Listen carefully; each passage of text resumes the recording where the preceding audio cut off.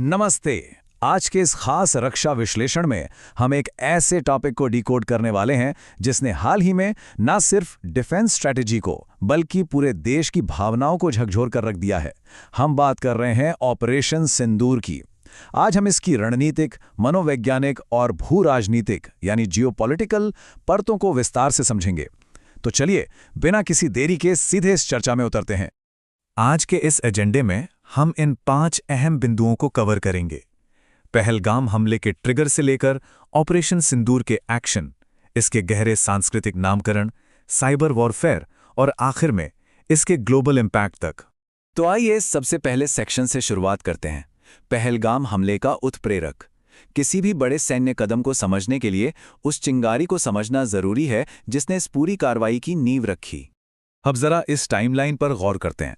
22 अप्रैल 2025 को सीमा पर वो दुखद घटना होती है और फिर सीधे 7 मई 2025 को एक लक्षित सैन्य प्रतिक्रिया यानी ऑपरेशन सिंदूर लॉन्च कर दिया जाता है।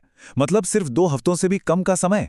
ये टाइमलाइन अपने आप में दिखाती है कि हमारा राष्ट्रीय सुरक्षा तंत्र किस चरम स्तर की तत्परता पर काम कर रहा था। इस पूरी स्ट्रैटेजी के केंद्र में 22 अप्रैल के हमले की वो भयावहता है। पहलगाम में 26 निर्दोष लोगों की जान चली गई और सबसे ज्यादा झकझोरने वाली बात क्या थी? ये कि पीड़ितों को उनके धर्म के आधार पर टारगेट किया गया था। इस एक घटना ने पूरे देश को गहरे सदमे में डाल दिया और इसी व्यापक आक्रोश ने सरकार को तुरंत एक कड़ा फैसला लेने पर मजबूर किया। और इसी आक्रोश का नतीजा था हमारा दूसरा पॉइंट, ऑपरेशन सिंदूर का निष्पादन और डिफेंस डॉक्ट्रिन में आया एक बहुत बड़ा बदलाव। अब ये प्रोएक्टिव डॉक्ट्रिन या सक्रिय रक्षा सिद्धांत आखिर है क्या? अगर आसान भाषा में कहूं तो ये कोई युद्ध छिड़ने की तैयारी नहीं है, बल्कि ये पूरी तरह से स्पष्ट करता है कि ये हमले सिर्फ और सिर्फ आतंकवादी लॉन्च पैड्स के खिलाफ एक मापी गई यानी मेजर्ड प्रतिक्रिया थे। इसका इकलौता मकसद आम नागरिकों और सैन्य हताहतों से बचते हुए बिल्कुल सटीक कार्रवाई करना था। अगर हम इसके जमीनी आंकड़ों को देखें तो 7 मई 2025 को शुरू हुए इस अभियान की कोर स्ट्रैटेजी थी प्रिसिजन स्ट्राइक्स। इस टेबल में आप देख सकते हैं कि पाकिस्तान और पाकिस्तान अधिकृत कश्मीर के भीतर मुजफ्फराबाद, बहावलपुर, सियालकोट, कोटली, भिंबर और चक अमरू जैसे बेहद स्पेसिफिक इलाकों को चिन्हित करके ये सर्जिकल कार्रवाई की गई। और यहाँ ये जो नंबर है ना 9, ये बहुत कुछ बयां कर देता है। ठीक 9 आतंकवादी ठिकानों को सफलतापूर्वक निशाना बनाना कोई रातों रात होने वाला काम नहीं है। ये दिखाता है कि इसके पीछे एक जबरदस्त रियल टाइम और हाई लेवल इंटेलिजेंस कोऑर्डिनेशन मौजूद था। क्योंकि देखिए, आजकल की जंग सिर्फ बंदूकों से नहीं लड़ी जाती, ये पूरी तरह से टेक्नोलॉजी का खेल है। पहले सैटेलाइट से खुफिया जानकारी जुटाई गई, फिर निगरानी के लिए ड्रोन तैनात किए गए और आखिर में सटीक मिसाइल हमले किए गए। ये स्टेप बाय स्टेप प्रोसेस ही वो वजह थी जिससे कोलैटरल डैमेज यानी आम नुकसान को बिल्कुल ना के बराबर रखा जा सका। चलिए अब तीसरे सेक्शन की तरफ बढ़ते हैं, सिंदूर का प्रतीकात्मवाद यानी वो साइकोलॉजिकल और कल्चरल वॉरफेयर जिसने इस ऑपरेशन को सबसे अलग बना दिया। जरा सोचिए, किसी मिलिट्री ऑपरेशन का नाम सिंदूर क्यों रखा जाएगा? दरअसल भारतीय परंपरा में सिंदूर विवाहित महिलाओं के सुहाग का एक बहुत ही गहरा और पवित्र प्रतीक है। रक्षा तंत्र ने इस नाम को खास तौर पर उन विधवाओं के दुख का सम्मान करने के लिए चुना जिनके नवविवाहित पतियों की पहलगाम हमले में जान चली गई थी। मतलब एक सैन्य अभियान को पीड़ितों के परिवारों की भावनाओं से जोड़ना, यह अपने आप में एक बहुत ही रेयर और पावरफुल कदम था। और इस एक शब्द ने क्या किया? इसने पूरे देश के सेंटिमेंट को एकजुट कर दिया। एक सख्त सैन्य कार्रवाई अचानक से एक बहुत ही इमोशनल नैरेटिव में बदल गई। इससे न सिर्फ पूरे देश में देशभक्ति का जज्बा बढ़ा, बल्कि मीडिया में भी इसे भारी समर्थन मिला, जिससे लोगों का मोराल एकदम से हाई हो गया। यह एक मास्टर स्ट्रोक था।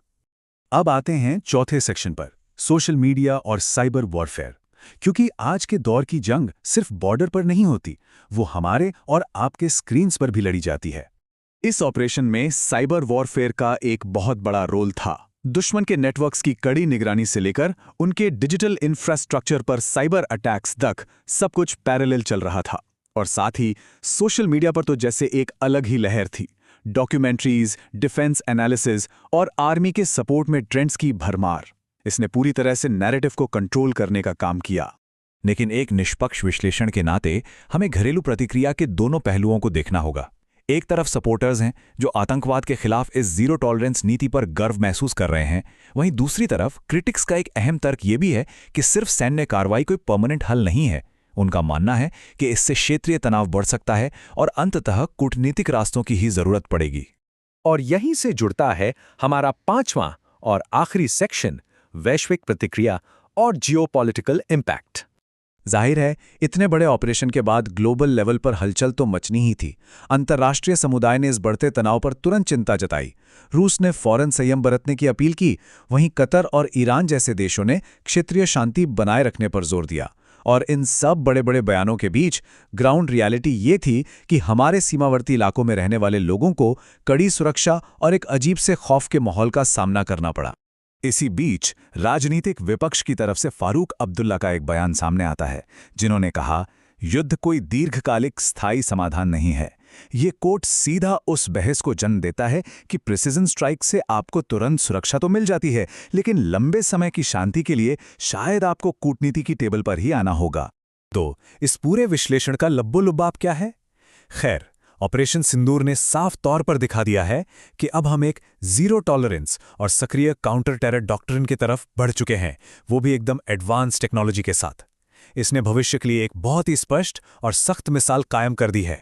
और अब ये सारी जानकारी हमारे सामने एक बहुत ही गहरा सवाल छोड़कर जाती है।